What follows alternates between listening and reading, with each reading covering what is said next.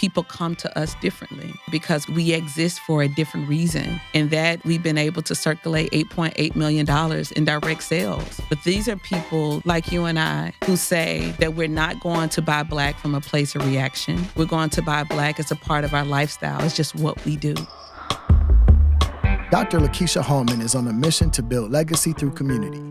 As the founder of The Village Retail and author of No One is Self-Made, she's become a leading voice in economic empowerment and a champion for Black-owned businesses across the country. Her work is bold, visionary, and deeply rooted in the belief that success is not a solo act. It's a collective journey. But that's just the latest chapter of her story. The journey began much earlier in a small town in the Mississippi Delta, where she witnessed the determination of her grandmother that sparked a lifelong commitment to creating space for Black entrepreneurs to rise together. What good would you do with the good that has been bestowed to you? And also, how will you lift as you climb? I love that approach as well. Absolutely love support as a verb. Mm-hmm. That could have been the title of your book. Yes. Right? Yeah. Welcome to Give 'em the Business, the podcast where we go in depth with Black entrepreneurs, business leaders, and game changers who are building legacy, creating wealth, and leading with purpose. On today's episode, we have Dr. LaKeysha Hallmon, author of No One is Self-Made and founder of The Village Retail. If this conversation inspires you, please subscribe, leave a comment, and share this podcast with someone who is on the path to building something great.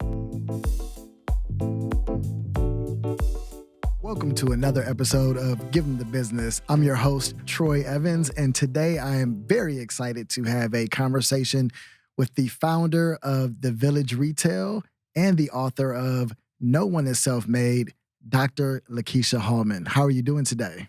I'm doing amazing. I've been so excited to sit with you. These are my type of conversations. So I'm really elated. Thank you so much for having me. It is my pleasure. I've heard about you and I have been to your establishment on many occasions. And when I heard you had a book coming out, I made sure I gave it a read and said I couldn't wait to have you on the show. So thank you for joining us. Yes, thank you. And thank you for patronizing The Village Retail, being a man of your word. So I really, really appreciate that. And of course, thank you for spending time with No One is Self-Made. I put a lot of love and effort into the writing. So I'm grateful that it was a part of your ethos. Well, I can definitely tell, and we will at least finish with that part of your story. But we're going to start with some of the earlier chapters.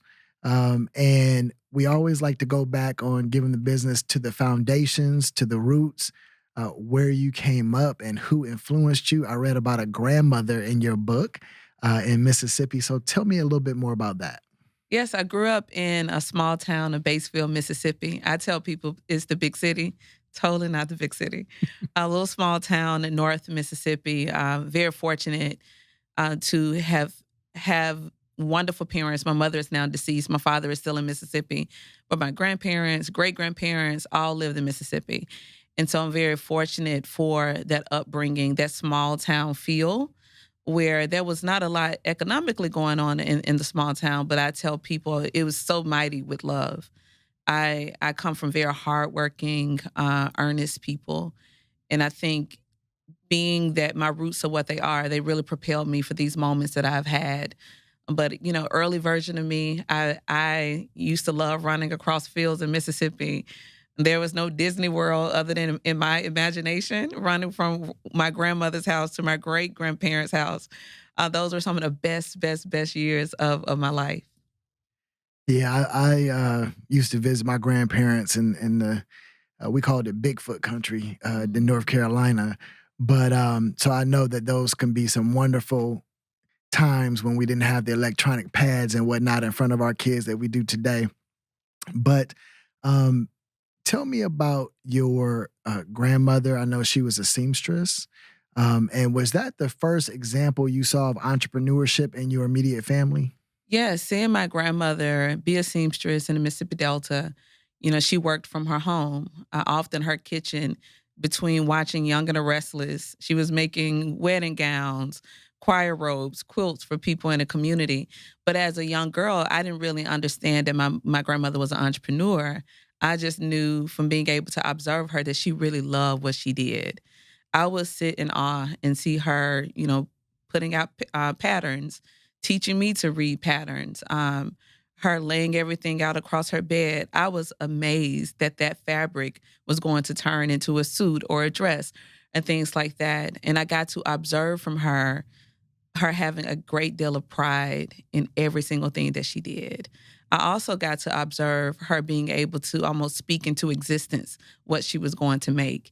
And so I would be so inquisitive, like, what are you saying? But what she was speaking, that this is going to be beautiful, that they're going to love it.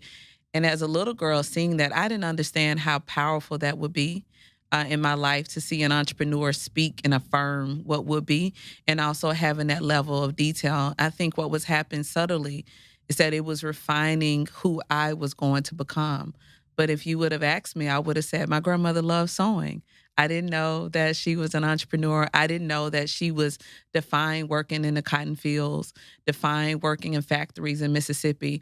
All of that, what she created as an entrepreneur was an act of defiance of what she was not going to be. She wanted to use her talents that her mother passed down to her. Her mother passed when she was 12 years old. And one of the things that was left behind was a sewing machine. But my grandmother at that time sewed from a place of survival for her siblings and her, and then for her children. But what she also was very clear of is that she didn't want to go back to the cotton fields. She remembered as a young girl how hard that was and how unfair it was as well. Her existence, and it continues to be, an act of defiance. And I see that being able to be fortunate to see someone be able to rise into their gifts, it was just transformative for me. I tell her all the time, she's 87, just experienced her 87th birthday, that I'm so proud of her. And I always say, did you know you were an entrepreneur? She's like, now I don't know none of these words y'all talking about. All I know is that I worked really hard and that I wanted to do my very best at what I did. I love that story. I know that we, especially nowadays, are a little bit more disconnected sometimes from our grandparents, but there's a lot of wisdom to be had in those conversations. And I know that your parents also set an example of financial planning and budgeting that you've been able to bring into your entrepreneurial journey. Tell me a little bit about that. Yeah, and I don't know if they would use the words financial planning or financial budgeting, but if my mother was living, she would always say, and my father, who is still living, you never take more than what you can pay for. They taught us to always live just a little bit below our means so that we could have something in reserve. But all the financial literacy that's out there in the world, they didn't use any of those words. It was just very simple, everyday, tangible examples of do not take more than you can pay back. And be clear for the things that you want in life, why do you want them? That you don't have to keep up, and what we hear so much in our community, you don't have to keep up with the Joneses. So owning a home was also very important to my parents. They wanted to make sure that they had a home that they can pass down. That is one of the things that my dad is so proud of now. He's so proud of the home that they have. My family home is paid for. And what he says, and y'all don't sell the home. I don't care what happens in life. When I pass away, this is y'all's home, but this is also a part of my legacy. And so these are the things that I learned from my parents. And as an adult woman now who's been able to have different ventures, I've kept that same mentality. I always live just a little bit below my means. I don't take on more than what I can handle financially. And I'm always clear that if I'm pursuing things in life, it's because I want it, not because I'm trying to keep up with someone else. And so I love what I got from them is just to be very principled in everything that I did. And my parents were young when they had us. My mom was 20 when she had me. My dad was 19, if my numbers are correct. But these are young parents. And everything that they were learning is some of the things they took from their own household, but they were also dreaming of a different existence for their children. So I see them and I tell my dad, just like I tell my grandma, I'm so proud of you. Like for you and my mom to say, I want my children to be college educated. I want my children to be very principled. I want my children to be close. I want my children to have a level of independence of thought, independence of existence. And they work very, very hard so we can be independent, free-thinking people. I find it amazing that our parents were able to really instill such wonderful lessons and wisdom in us when in fact they were babies when they had us. They were absolute babies. I have no idea how they did it. I'm in complete awe that a 20-year-old and 19-year-old knew how to take care of children and all the sacrifices that they made so that my siblings and I could have the life that we have. I can imagine that their lives would have been completely different, had they not been parents young, but they chose us and they kept choosing us time and time and time again.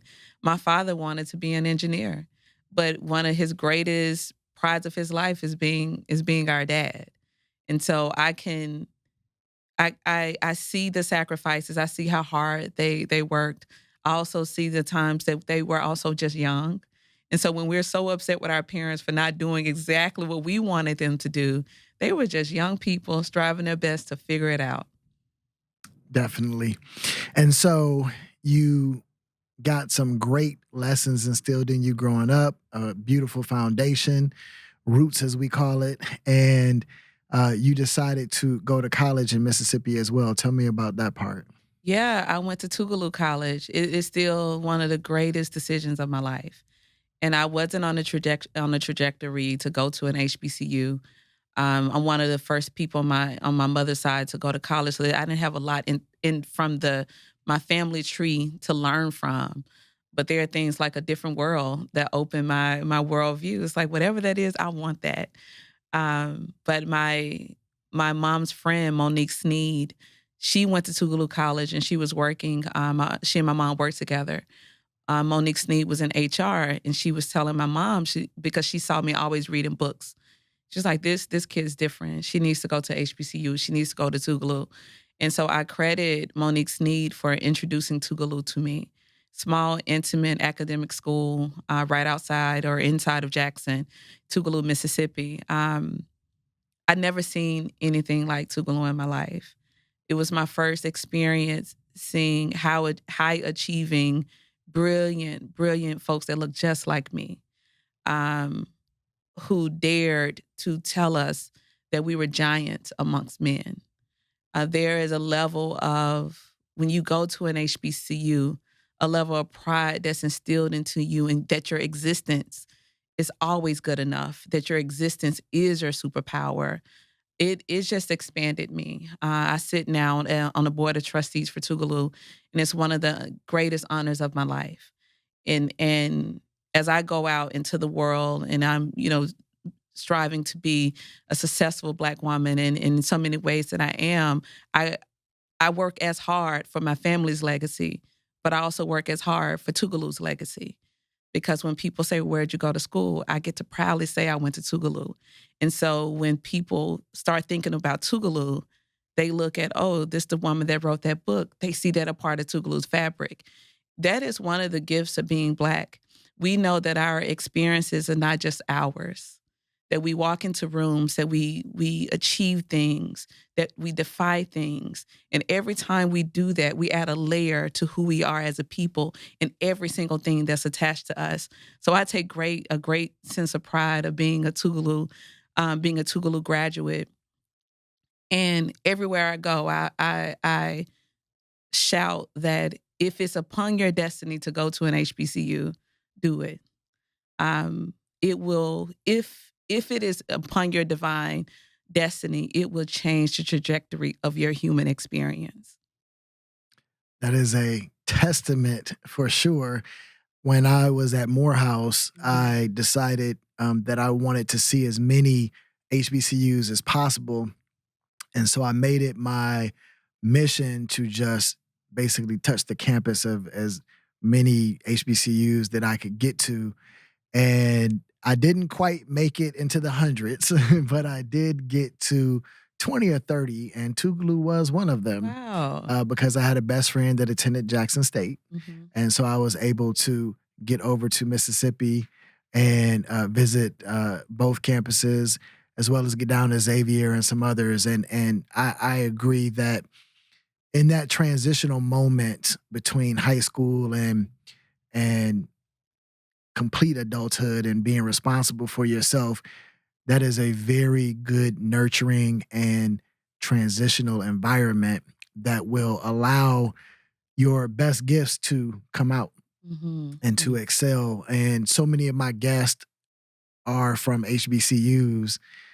And I also love the fact that you are giving back, which is a part of your entire mission as well, to the university by um, being on the board of trustees and whatnot. And that's an important part of how we must do business, as well as understanding that there is a returning stage, uh, so to be. May I add something there? Because this is me for all alums of HBCUs. We give back with our time, talents, and our finances. And I think it has to be that three-tiered approach if we want our HBCUs to outlive us and for the next generation to be able to have an experience similar to ours, but even better. We have to give our time, our gifts, and our talents to our HBCUs Got to and write that check. finances. Got to Yes, you write got to that write the check. check. So when you graduated, you decided to stay in Mississippi for a little while and entered the teaching profession, which I'm familiar with as well. Tell me about that experience and how it shaped your uh, philosophy and your trajectory. Yes, I wanted, I remember being a little girl and knowing that I wanted to be a teacher. I wanted to be a teacher, I wanted to be a writer as well. But it meant a great deal to me to the only place that I applied to was my father's high school. So that probably tells you a lot with how the type of impact that my dad has had in my life.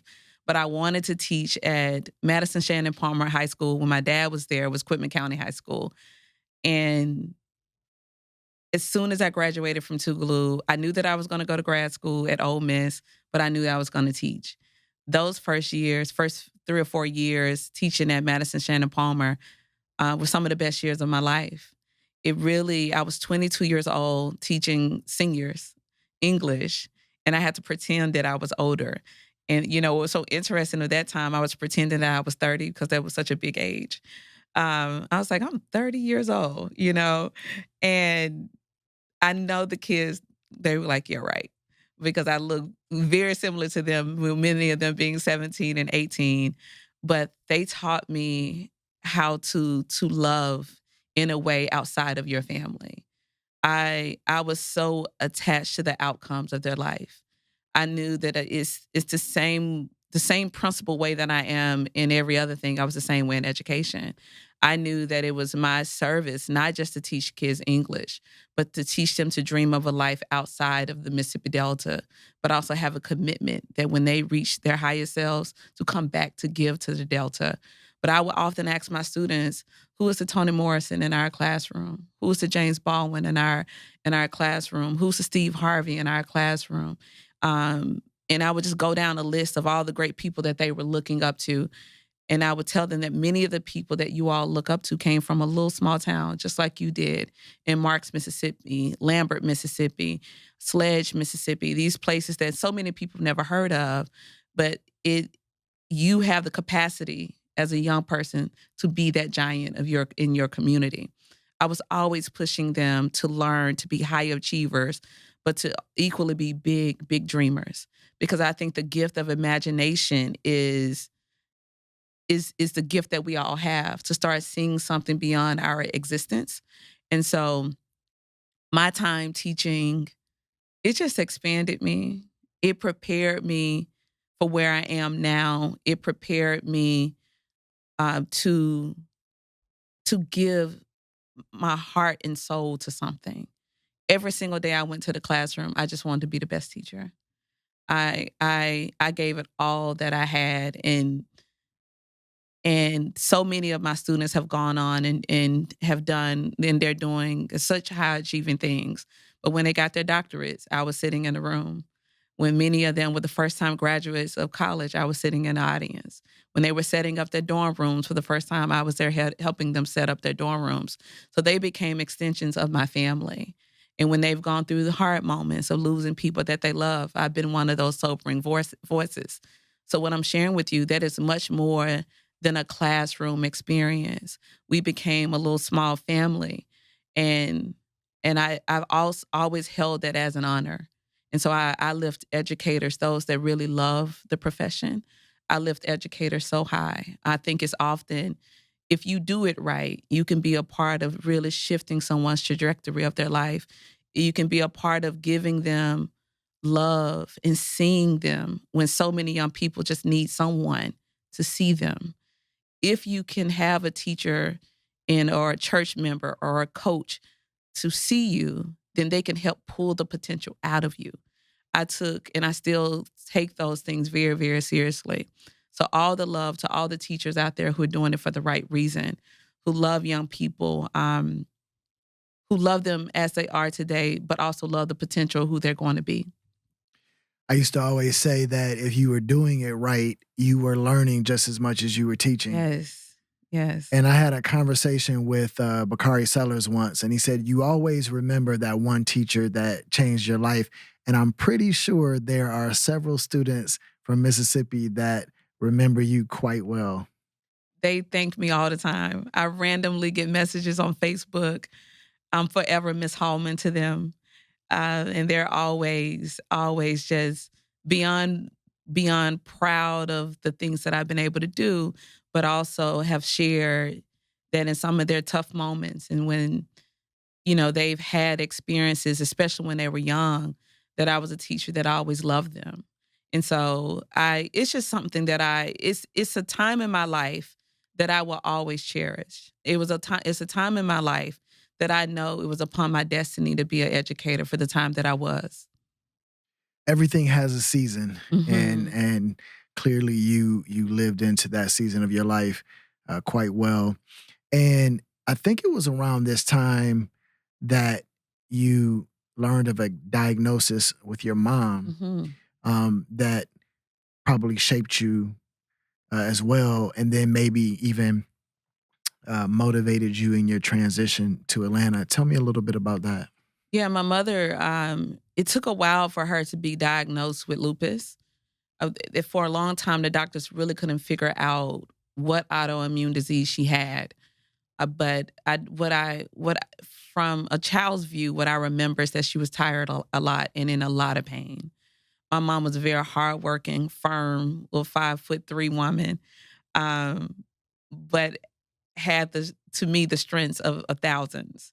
So to see her sleeping more, to see her limping in pain, to see her joints swollen, that was very hard. It was very hard to process, especially in a time, when, this was several years ago at this point. A lot of the care, medical care in Mississippi was not there, not the type of care as a Black woman that she needed. Often Black women's pains is ignored. And so my mother was left untreated for quite some time.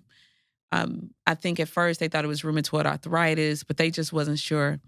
And so while going through these experiences, she was still working at a Batesville Casket Company. Some of my toughest experience is having to walk outside and help my mother walk into the house because she was in that much pain. However, she could not get disability. When I can't remember how old I was, but I was a young adult. But I had to write a letter, I believe, to a Congress member. It's been so long now, but I remember writing a letter pleading that my mother could be on disability.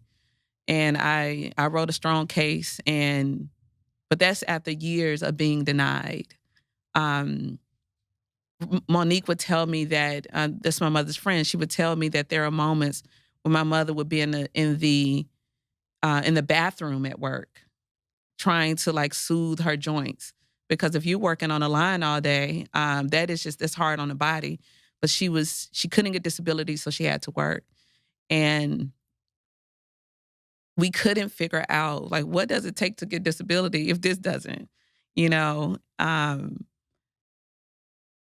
So she said, I heard if you do something that, that you can write something, help me figure out how I can get it.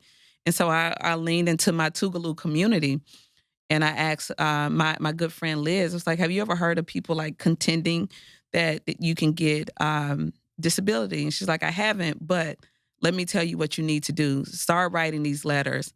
And I got busy, wrote letters, got it out to let my friends proofread it. And I guess it landed on the desk of somebody who actually took time to listen and read it with compassion. I got a response probably 3 weeks after I sent the letter out. And I remember my mother was not an emotional person at all. She has Mississippi strength.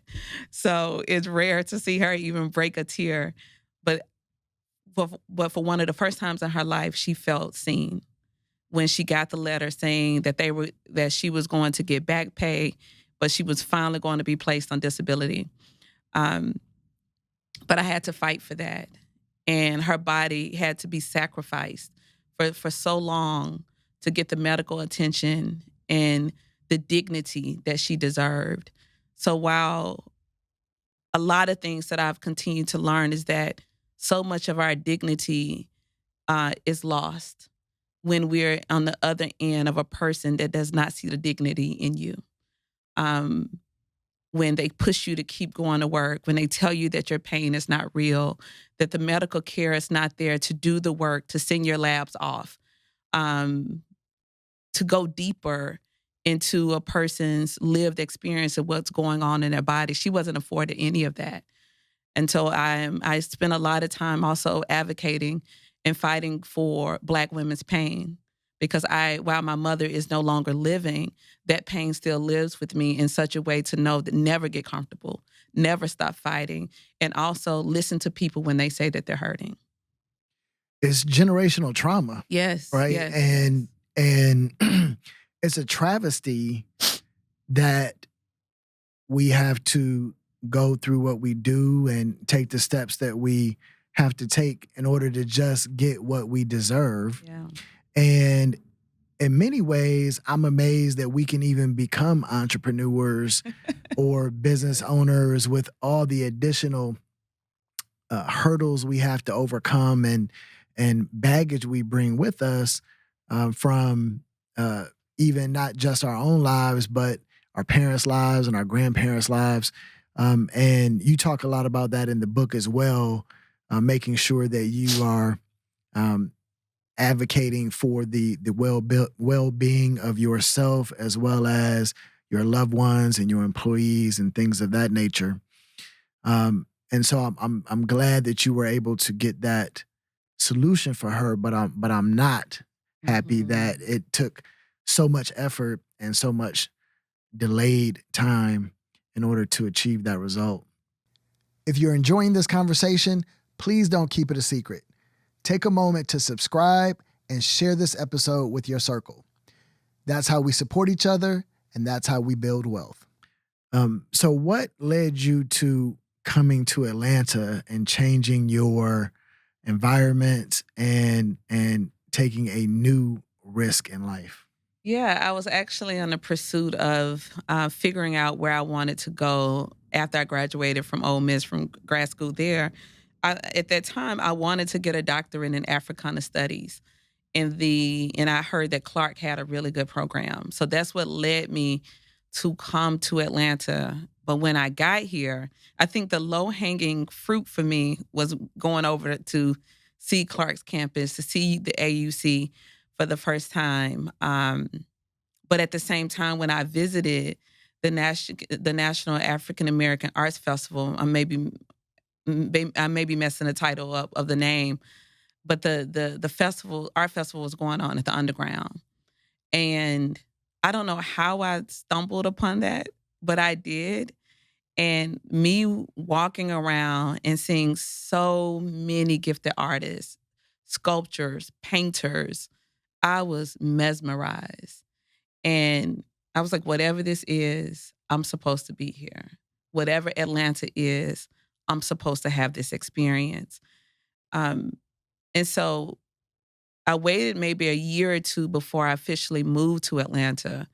But it was a deposit into my spirit to come to Atlanta. I was changed. The things that I wanted changed. The things that I believed changed. Because we all know that you have to see it to believe it.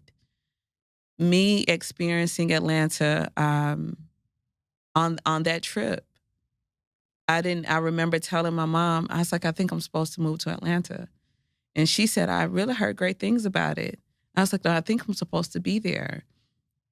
And I got her to visit Atlanta with me. And she was like, oh, you're supposed to be, you are supposed to be in this place.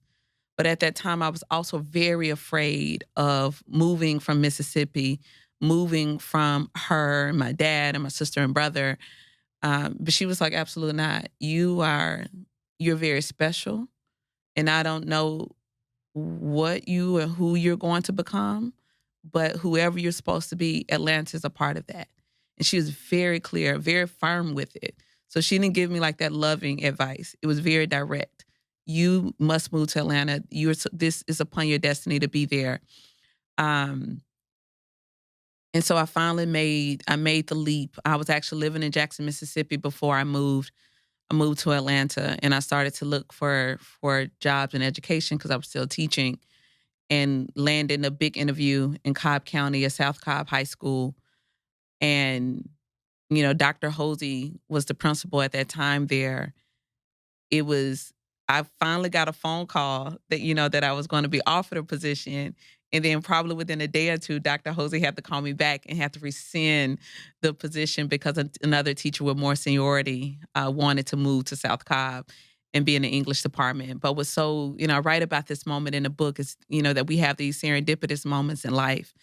Dr. Hosey was delivering the bad news to me. And he said, now, if by any chance you have a special education certification, I can offer you a job.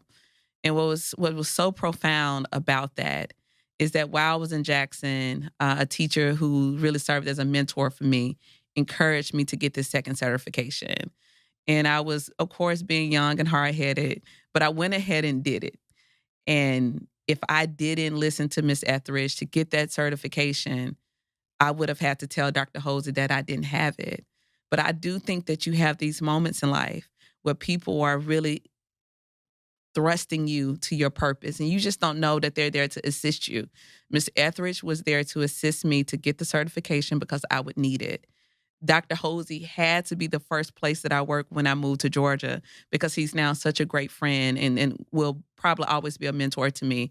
Dr. Hosey had to be my first professional experience in Georgia because me teaching at South Cobb and getting a job at the Georgia Department of Education largely happened because of the potential he saw in me.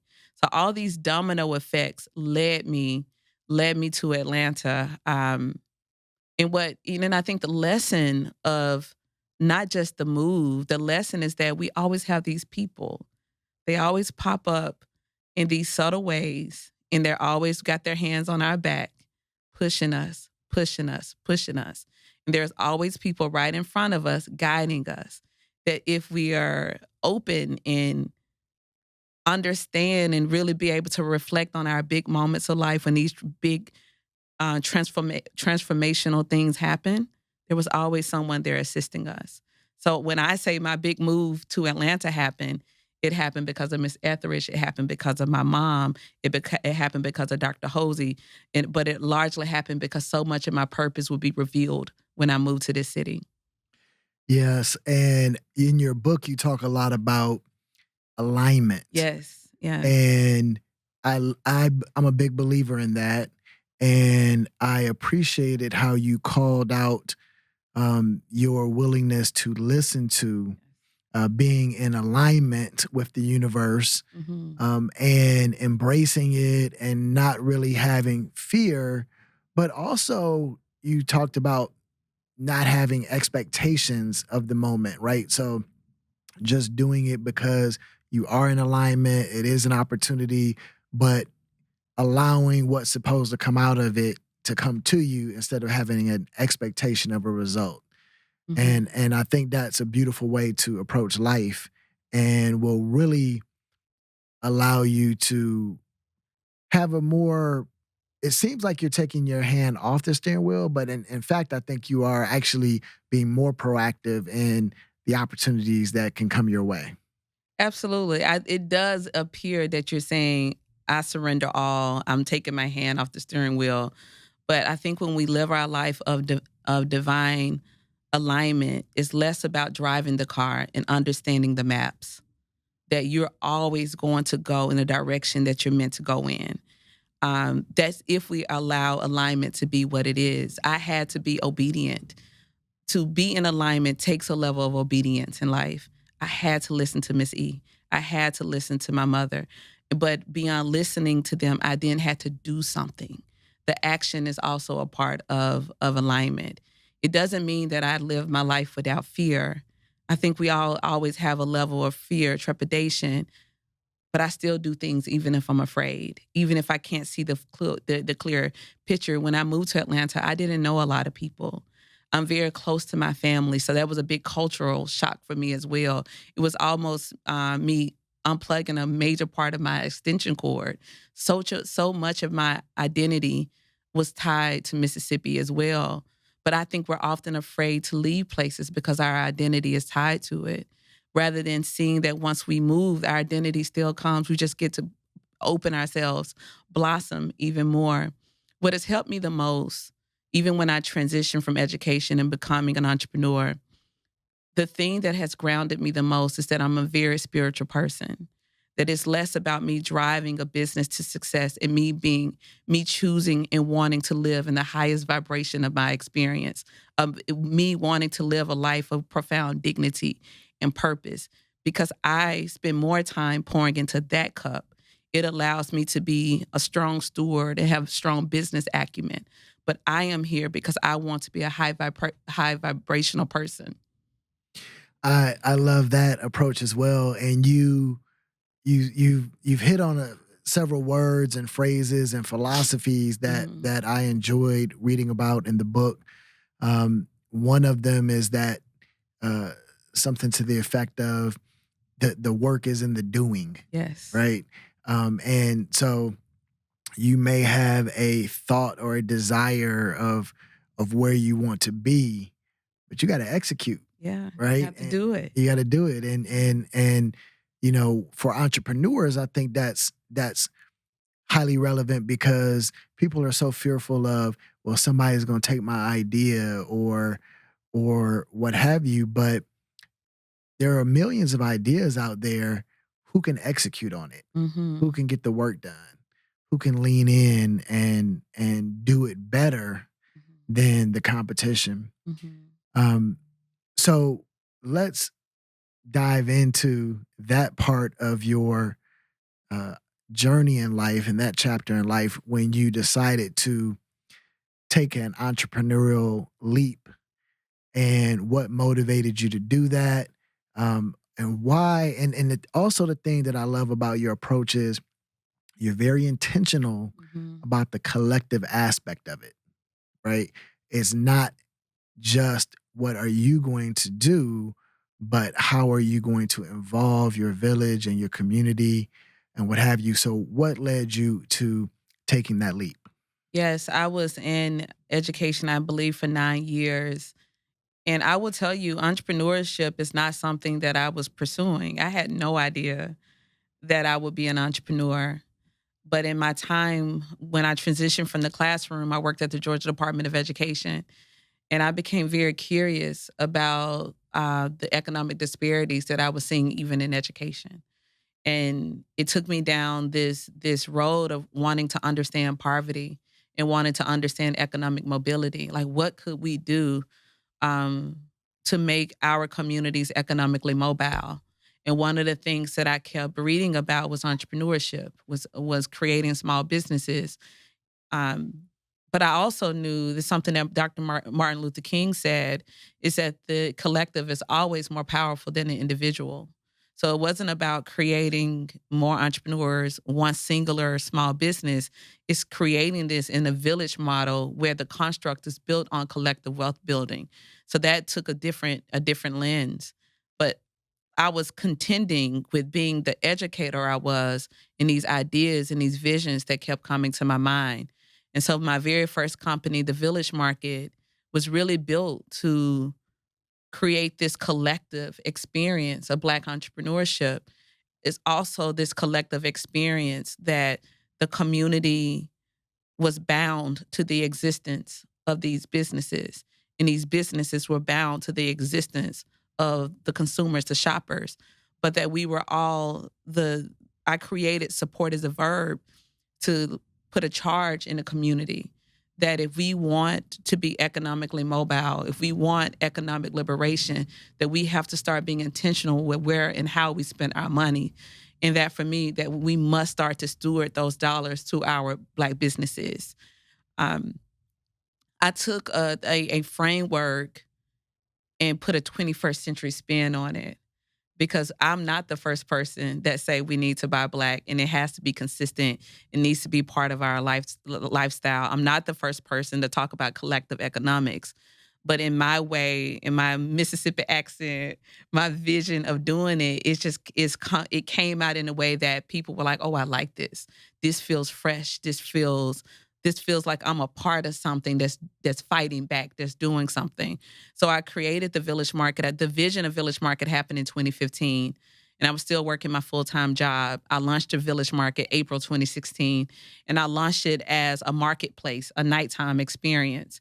And so when you think of, authors, candle companies, apparel companies, up-and-coming restaurateurs, I created this marketplace to be this beautiful, well-curated nighttime experience that you got dressed up, you got cute for. But what was paired to that ticket that you purchased was support as a verb. That when you come to this market, you're here to do something. I put a collective spending goal for the community. I think for my very first market, I was like, we're going to spend $30,000 tonight on Black businesses. By the time that Village Market kept going, I had like, no, we're going to spend like $250,000 and so on and so forth. But me putting that charge, that thing to do in the community, when people think of Village Market, they think of action. If we want our communities to thrive, if we want our HBCUs to exist, if we want economic mobility to happen, we have to be very intentional with what we do with our actions. And so for me, the Village Market was all about funneling our dollars to Black enterprises. But at the end of that, Black enterprises, Black entrepreneurs, Black small business owners understand that there's a collective wealth building model that we're building. We're not funneling dollars to you just so you can be a single-minded multimillionaire, because it does nothing for our community to rebuild constructs of individualism. So I was trying to get into the mindset of the entrepreneur, that when you reach your pinnacle, when you're a sustained, high enterprising company, what is your social impact focus? What type of employer will you be? How will you make sure that all the good that has come to you recycle back into community? What good will you do with the good that has been bestowed to you? And also, how will you lift as you climb? Because that has been, the construct of the Village Market, people come to us differently. Because we exist for a different reason. And that we've been able to circulate $8.8 million in direct sales. But these are folks like you and I who say that we're not going to buy Black from a place of reaction. We're going to buy Black as a part of our lifestyle. It's just what we do. I am a big, big advocate of us buying Black in just what we do, making it a lifestyle, not always as an act of protest, but the act of our human existence, that when we spend our dollars with each other. So, absolutely love support as a verb. Mm-hmm. That could have been the title of your book. Yes, right? Yeah. But I wholeheartedly agree with your philosophy and approach to the Village Marketplace. And it's one of the things that over the years I've struggled with is to help individuals understand that, like you said, it doesn't have to be in a moment of protest. It doesn't have to be during the Montgomery bus boycott. It doesn't have to be when we're referred to as jelly beans in the boardroom. It doesn't have to be just during George Floyd or Ahmaud Arbery or Breonna Taylor or what have you. it needs to be every single day in the choices that we make and how we vote with our dollar. Yes. Because it will only come back to us and improve the communities that we live in. The thing that I really enjoy about your approach is it's one thing to just say this is what you should do as a consumer or as a business owner, but specifically as a business owner, when you don't have that generational knowledge that's been passed down to you, okay, you need to do this, but let me support you in that effort. Let me show you how to scale up or to market or to reach the consumers that you need to. So it was also a service that you were providing to your vendors. Tell me more about that approach and philosophy. Yes, I launched my nonprofit, Our Village United, because again, I'm a natural researcher. So I read about things and I read about these problems, but I read about them and I don't become despondent. I read about them and I say, well, we can do something about this. If there's a financial literacy gap, if there's a scalability gap in our communities, if more Black businesses need more mentors, then let's stop. It's less time about what we don't have and more time about let us just create what we need. And so I launched Our Village United to make sure that entrepreneurs had the incubation that they needed, the community in a cohort style. And so I bring in people like you who with much business experience to lead classes. I bring in large corporations like MasterCard partner with these people to teach supplier diversity and things like that.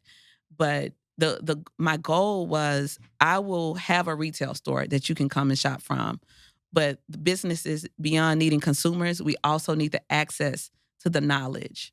There's a knowledge gap of and you experience it as you grow, you hit another ceiling. It's like, now this is unfamiliar. I don't know where to go because I've done all the things that I can do at this level. My goal is that every time an entrepreneur reaches a ceiling, that there are people there waiting to pull you to the next thing. So I built Our Village United to work with entrepreneurs. We've been able to scale nationally now. We have 4 different programs. Our Elevated Cities program, Get Procured program, Her Pro Bono, Elevate Mississippi, that is particular just for Mississippi-based businesses. And we also do pitch contests. So when entrepreneurs finish our programs, they get to pitch for capital injections. We've done our largest grant sizes we've done is up to $25,000, but we normally stay in that $10,000 to $15,000 range where we want to support entrepreneurs getting their inventory or help them with their back office. With our Her Pro Bono program, we're hiring the accountants. We're hiring the marketers. We're hiring the web developers. And these entrepreneurs get to have these services, get their websites developed, get their marketing plans developed at no cost to them. But there is a responsibility where it may not be a financial cost. There's a responsibility that when you reach a level that you must reach back. Each one teach one. And we talk about collective wealth building in all of our programmings. We also have a wellness competency through all our programs.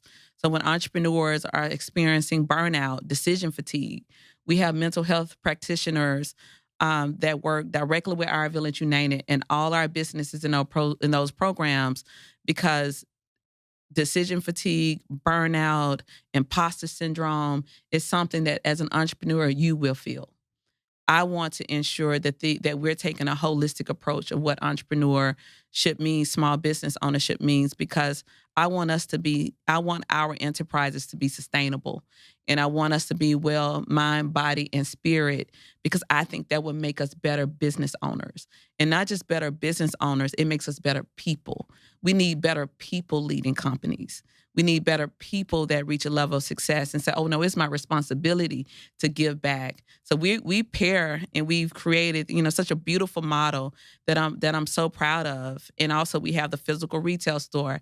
As you see, I spend less time ideating and more time making sure that I built a solution. And it's work that we consistently refine. But what I would love for the listener to understand, I'm a person that did not have a vision of being an entrepreneur. I was very proud to be a teacher. But there are times in your life, if you're called to do something, if we answer that call, it will pull even more potential out of you.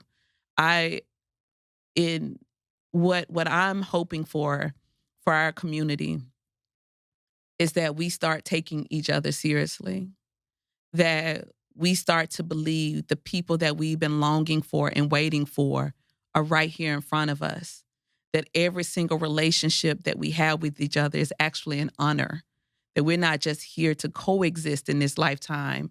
It is not by accident in 2025 that so many of us are joined together. What are we going to do with this level of joining? Will we just go to brunch, or will we decide that at brunch we're going to build a construct and a model that we can resist this time and build a better time? But what that requires is us to understand the level of unity consciousness that we exist in, that we're here bound together in time to actually do something. When I'm meeting with entrepreneurs and they come to the village, what really attracts them at first is because they just want to be successful.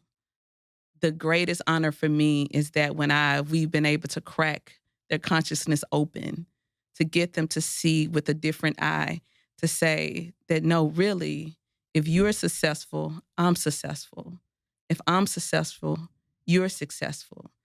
That is the level of unity consciousness that I believe that we need to exist in and strive to possess in our inner being. And, you don't want to reach a certain level of financial prosperity and be the only one there. Right. Like, it's not fun if you can't share it with your loved ones and your community. And, I was fortunate to have several male entrepreneurs in my life growing up. They're led by example, but I also noticed that they were the example for the entire neighborhood, right? Yeah. Like, everyone needed them because they were few and far between. So you need to make sure, as you stated, that you're bringing people along with you. And, one of the things that it was funny I can't remember the name of the show exactly, but one that Kenya Barris did on Netflix, and it was something like Black AF or something like that. Mm-hmm. But every single episode was titled "Because of Slavery" or "This too is because of slavery." Or this, and so I never blame, because I'm like, we got a lot of things we're trying to overcome. Yeah. But one of the things, and I'd love to get your thoughts on this. One of the things that I'm trying to figure out how to overcome as a community is there's one thing that we definitely need to spend Black, which we 100% do. But sometimes it's not in the budget, right? Yeah. Sometimes you can't afford to necessarily support with your wallet, but we keep things a secret too, right? We don't say, you should go down to Village Retail and purchase from there. Or we don't say, oh, you're looking for a graphic designer? I know, we don't share, we keep it a secret. And that too is probably because of slavery to some degree. But what are your thoughts on how we can not only address the support aspect in terms of dollars, but in terms of recommendations and constructive feedback and things of that nature? Yes, actually, really, really great point. We do hoard things. If we got a good photographer, you don't want nobody else to have that photographer because you want your pictures to be the best. You know what? I honestly think it takes hearing somebody say it. Like, stop hoarding. Stop keeping these gifts and gems of our community a secret that you may not have the financial capital to spend that 10%, 15% monthly on a Black business, but can you refer them out? Can you put them on your social? And so I think how we do that is arming the community to see that that is an act of agency. There's an act of owning the people and saying that this person is a part of me, that I'm advocating for them. So I love, because I believe that most people want to be a part of change. They want to be a part of the thing that really defied the opposite of it. And so if we arm people that by you writing a review, you sharing this business, when people come into town and say, oh, you're tagging them and say, you have to go by Village Retail, that is an act of advocacy. And so it's less about being passive in moments, but more about being active participants of our community. But all of this takes a choice. We have to be willing to be these people. So it's like we have to less theorizing about it and actually doing it. And I don't think it's that hard, but we have to confront our things. We have to be very honest with ourselves. And I think everything can be linked back to post-traumatic slave syndrome. Shout out to Dr. Joy. But I think everything can be linked back to that with why we act the way that we act. But I also know that for our communities to be elevated, then we have to choose in this human experience to be different. And so that is saying every single person that you make a pledge that in my existence, in my human existence, I won't hoard, that I will propel people, that I will share, that I will advocate, that while I may not have my 10% this month, when I do my holiday shopping, I'll make sure that I'm going and patronizing Black businesses. All of this is the sum of our actions. Agreed. And so when you launched the Village Marketplace, as tends to happen with entrepreneurs, it gets crazy. And for a lot of entrepreneurs recently, craziness was 2020 when the COVID pandemic hit, and it forced you, as all entrepreneurs have to do, to pivot. Tell me about the pivot and what lessons you learned and how you came out of that. Yeah, it was a very tough moment. I mean, we went through a global pandemic. When we sit back and think about that, it's like, and we survived. But we went through a global pandemic, and I had to really sit with the future of my company, the Village Market. But it also gave me something else. While all things were falling apart, it gave me a moment to just stop. I needed a moment to pause, to recalibrate, to think about the future of what I was building. If I didn't have that moment, I don't know if I would open the Village Retail at Ponce City Market. If I didn't have that moment, I don't know if I would have launched Our Village United. And now, doing the work that we're doing. Because before the pandemic, the Village Retail didn't exist. Our Village United didn't exist. But that pivot opened these two new doors for me. I think sometimes with entrepreneurship, we go and go and go and go. We're responding to a thing rather than leading it. That I bet so many people needed that big reset. It gave me time to rest, to be imaginative again. It gave me time to really reflect and think about, when I opened the Village Retailer, Our Village United, how do I want it to be different from Village Market? How do I want to be different?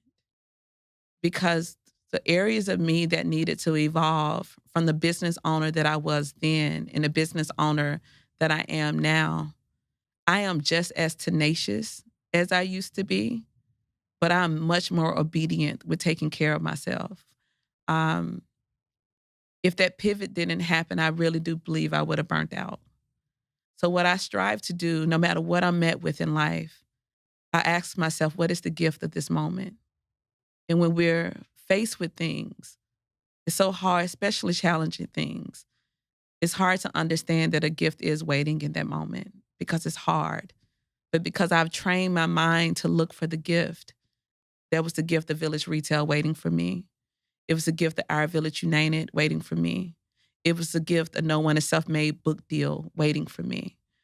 And so during a very, very challenging time, and for entrepreneurs, we will be met with other challenging times.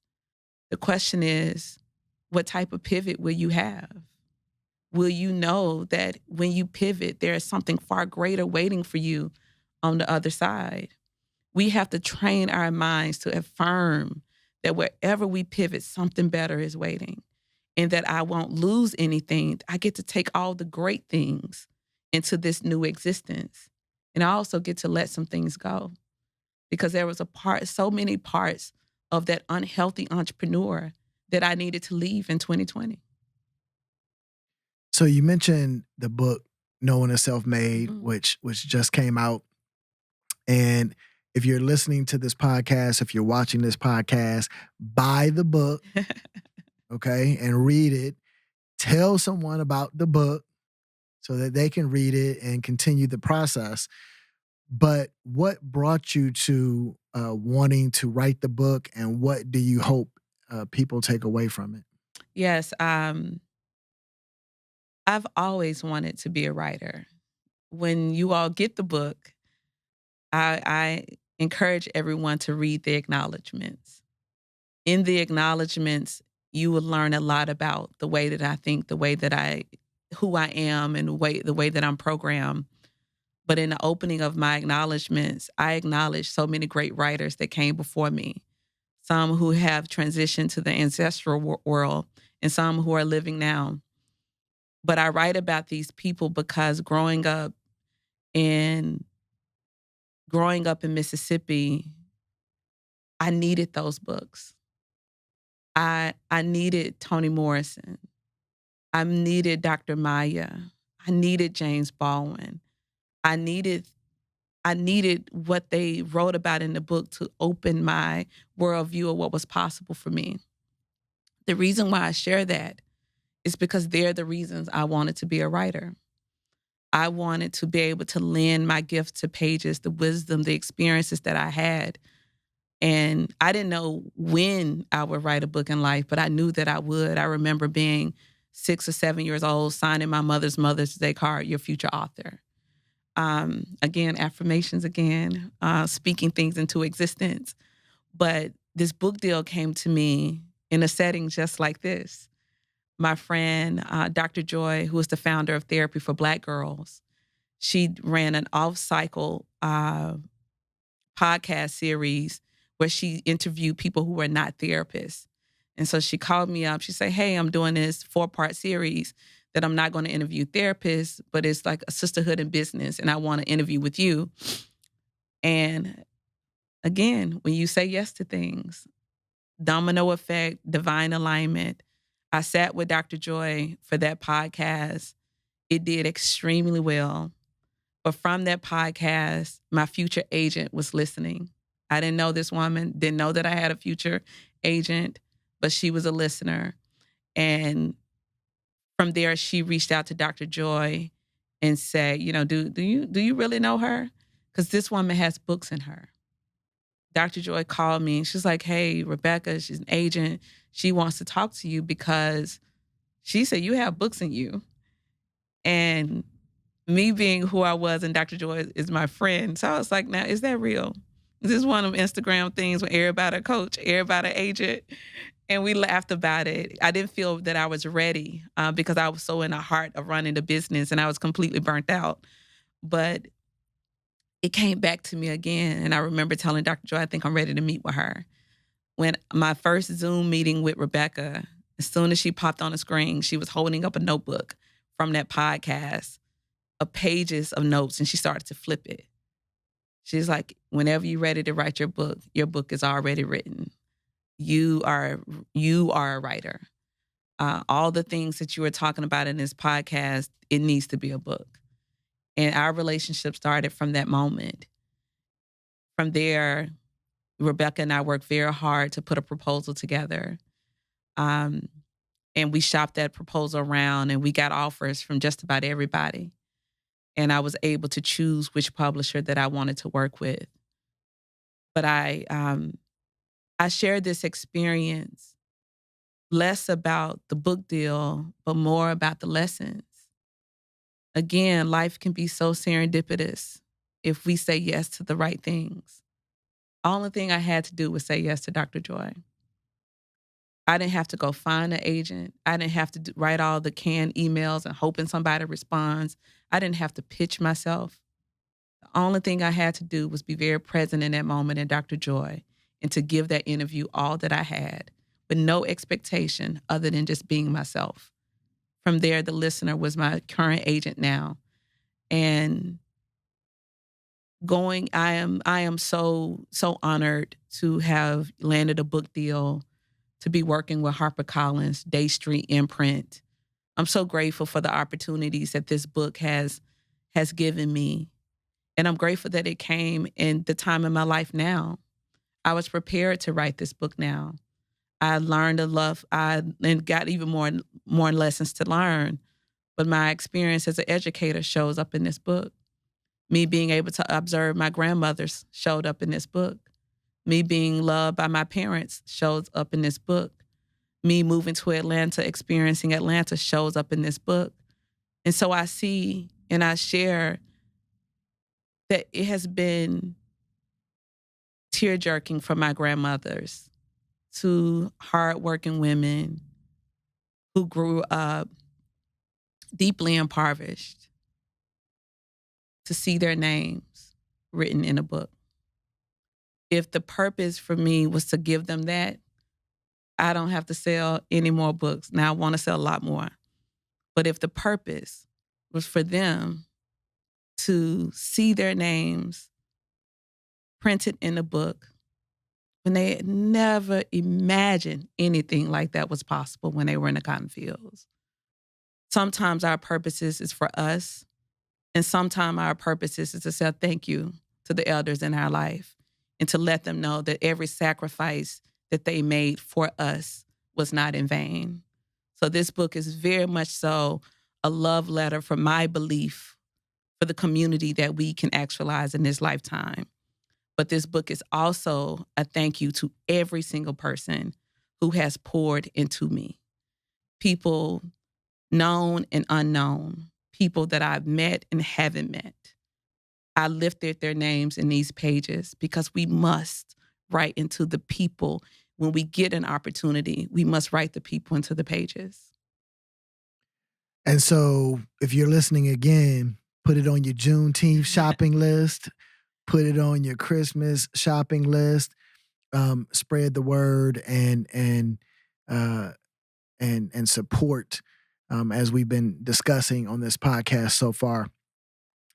What are you most excited about in the next 5 years, and what do you see happening with your business endeavors? Yes, I'm most excited about 5 years from now. Wow. I can't wait to see the woman that I am 5 years from now. I'm sure I have maybe 1 or 2 more strands of gray hair. I welcome that. I'm excited about the young men that one of my nephews would be a teenager in 5 years. One of my nephews would be in college graduating in 5 years. I can't wait to experience them. I can't wait to see my relationships mature in 5 years. Business-wise, I look forward to seeing how well the Village Retail has scaled. What new markets will we be in? Will we be in other cities? What locations will we have open? What ways would have pivoted? What will our Village United be doing? Will we finally be in a policy world? Because that's where I'm pushing the organization to push and advocate for policy. I I can't wait to see our community 5 years from now. I can't wait to see the results of our actions being personified 5 years from now. Will we be proud of what we did with this time? Or will we have regrets? I am believing 5 years from now that our lives will be changed because we chose to do something about this time. But I am as motivated as I am by the future. I must tell you, though, it has helped me so much to also be in the present. And so I am going what I can commit to, because these are the things that we can control. I'm going to commit to continue to doing my self-work. I'm going to commit to being a student of my business. I'm going to commit to being a steward of the things that I say. I'm going to commit to continue the continuous pursuit of evolution of my thoughts and my consciousness. I'm going to commit to taking care of my body and my spirit, to keeping God at the pinnacle of every single thing that I do. And when I do that, I know 5 years from now will be better than what it is today. And when you think about the next generation of entrepreneurs, Mm-hmm. what would you say to them to give them the business? That's good. Next generation of entrepreneurs, be committed to the work. Be committed to the process. Less about wanting to be like someone else, but do the journey of your own self-exploration and allow that self-exploration to show you why you're really here. Be a different type of business owner. Shake it up and strive to create a healthy work environment for other people. Strive to create a healthy work environment for yourself. And the greatest business is to keep learning, to keep evolving the way that you think, to refine your processes. That if you have to pivot, don't see it as failure, see it as opportunity. Let the opportunities continue to unfold and direct you in your right path. But one of the greatest principles to me of being a successful business owner is to be decent, treat people well, be honorable in your word, be honorable in your actions, be honorable in not just what people can see from the public, but also be honorable in private. We need different types of business owners now, no more of the same. I hope this next generation leads with a sense of consciousness that we would truly be elevated as a people because they pursued their gifts differently. Dr. Key, thank you so much for giving them the business. We have enjoyed having you on the show and can't wait to have you back in 5 years to hear where you're at then. Thank you so much for having me. I loved it, and good luck to you on everything that you do. Thank you. Thank you.